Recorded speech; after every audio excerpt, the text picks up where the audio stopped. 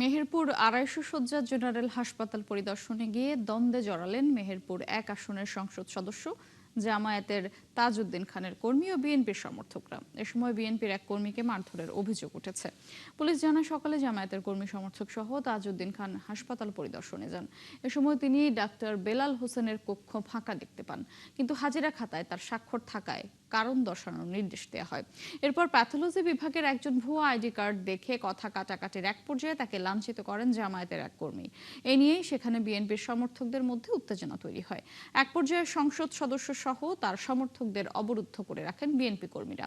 খবর পেয়ে পুলিশ সহ বিএনপি সভাপতি ঘটনাস্থলে এসে পরিস্থিতি নিয়ন্ত্রণে আনেন। এ নিয়ে জেলা জামায়াতের সাধারণ সম্পাদক ইকবাল হোসেন জানান, হাসপাতালে দালাল মুক্ত করতে গিয়েই এই উত্তেজনা তৈরি হয়।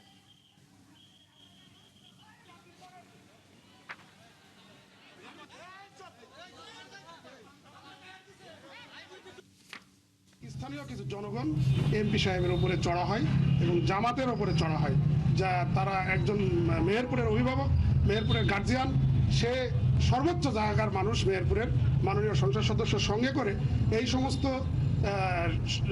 ক্যাডার বাহিনী, আমি এক কথায় বলবো, ক্যাডার বাহিনীর সাথে করে এনে এই হাসপাতালে এই ধরনের অপকর্ম করেছে, যার কারণে আমি এই ঘটনার তীব্র নিন্দা জানাই। এখানে বিশেষ করে একটা রাজনৈতিক দলের লোকজন এখানে মানে মব সৃষ্টি করেছে।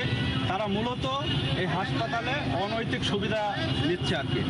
অনৈতিক সুবিধা নিয়ে তারা হচ্ছে কি যে এই হসপিটাল থেকে রুগী ভাগায় নিয়ে বিভিন্ন জায়গায় যাচ্ছে এবং হসপিটালে রুগীদের যে সেবা, এই সেবাটাকে হচ্ছে কি তারা বিলম্বিত করছে।